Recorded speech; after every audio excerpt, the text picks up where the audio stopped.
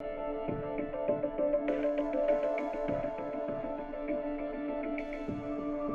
the 24th of July Open Debate on climate security, Germany proposed 3 steps to the UN Security Council that could be taken right away. The first step was around better information on climate-related security risks, including early warning indicators, better training and expertise within UN missions and in mediation teams. And this would include the new Global Climate Security Risk and Foresight Assessment, which could be a reference point for the UN Security Council, but also a tool to strengthen UN efforts on mediation and preventative diplomacy as a whole.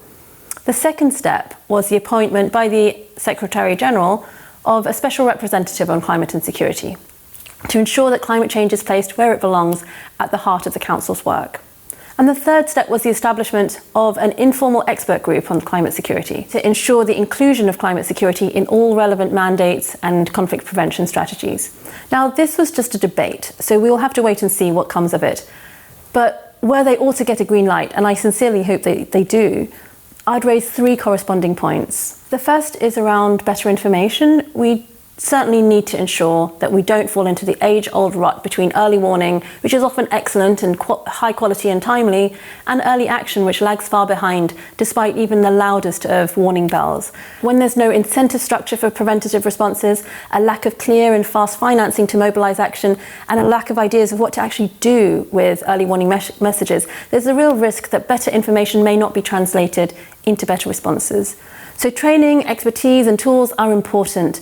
So too are fast and flexible financing structures and context-specific localized responses. On the second point, a special representative on climate security has been on the wish list for years now, and SRSG is most effective when he or she has a clear mandate and an objective. Now, there's a clear need for high-level leadership on this issue. The new hub for climate security within the UN system could really benefit from the strategic guidance and steering of a SRSG on this issue. And the third point, the informal expert group on climate security.